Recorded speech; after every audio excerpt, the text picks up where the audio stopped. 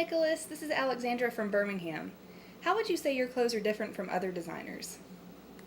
I think having grown up in Arizona, we have a fond appreciation for nature and the outdoors and kind of like a simpler way of living.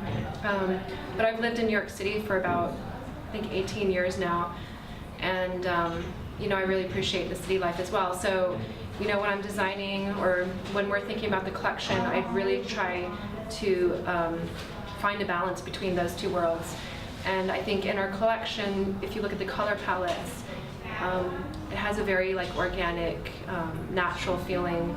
We use a lot of sand tones and olive greens and browns, and a lot of those inspirations are taken from landscapes and nature. And when you look at the silhouettes of the collection, it's more downtown, it's much more fashion forward, it's much more relevant to what's going on in the fashion world. But fusing those two worlds together, I think it's created a very different look that is taken from our roots. Hi Nicholas and Christopher, this is Jennifer from LA. So summer is rapidly approaching. What can men and women do to be fashionable in this season? For men, I'm really feeling low scooped Henley shirts and sheer voile fabrics layered with tank tops.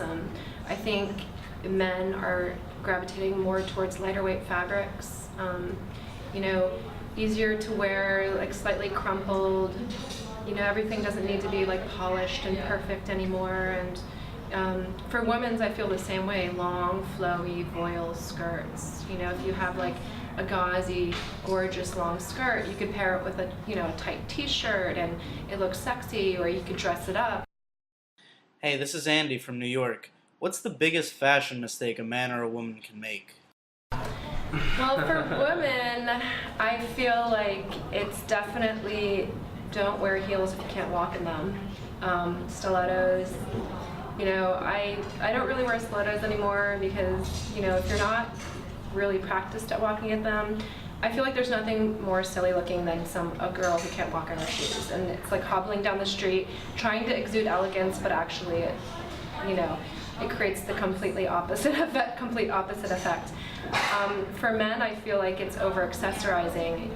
When you see a man over-accessorized or too gelled or too, you have this feeling that he's trying really too hard, and I think a certain sense of vanity comes with that, whereas I feel like men should look kind of effortless and yeah, there's definitely be a sense of ease. One is that he's comfortable, he's not squeezing into something. Women can do that and still look sexy, I think, but if a guy is you're man, that doesn't look like it fits very well, it doesn't look like he can move. I think with men, they have to have a certain comfort that you see, you're oh, he looks very relaxed and comfortable and easy.